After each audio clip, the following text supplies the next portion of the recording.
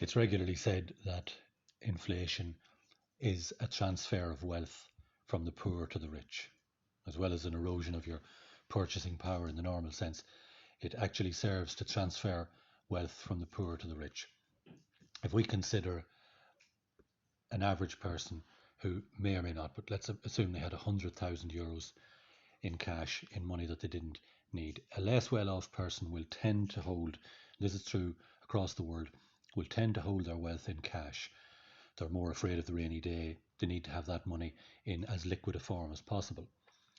So if that person deposits €100,000 into the bank, let's just assume for the sake of argument that the rate of interest available is very low, which of course it normally is, but let's just assume that the only variable here is the rate of inflation. The rate of inflation in Ireland over the last 10 years has averaged somewhere around 2%. So let's assume then they deposit that money in year one, they've got €100,000 in the bank. Already in year two, with that rate of inflation as it is, the purchasing power of that money has now decreased to €97,800. So without doing anything with it and assuming that there's very low or no rate of interest available on it, the 2.2% inflation will erode the purchasing power of that money.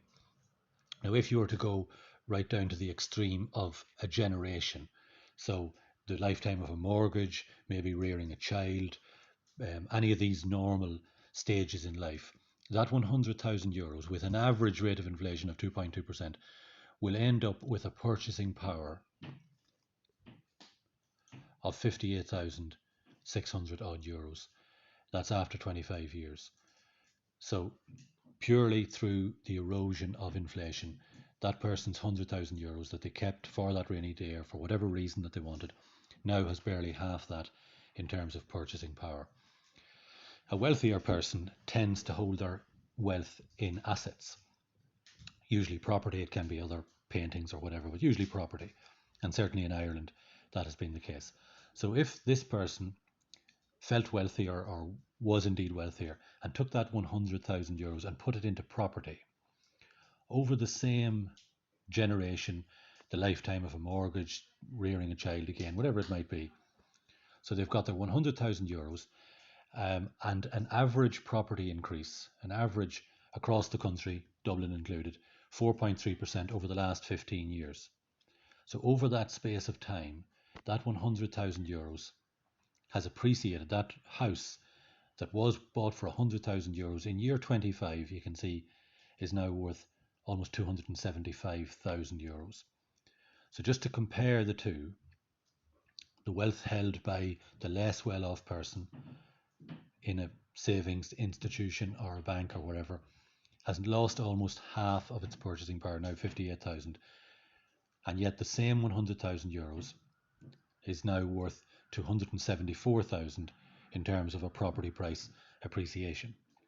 Now, if we further consider the effect of inflation on wages, so as inflation increases year on year on year, workers demand higher wages. They then get those higher wages. That then feeds into the holders of property, because those higher wages can then be used to purchase more expensive property and to increase the demand for property and thereby to push the price of property up even more. So that 2.2 inflation, let's say that went to 3.2%, that would increase wages even quicker and then would have a knock-on effect on the appreciation of that property over time.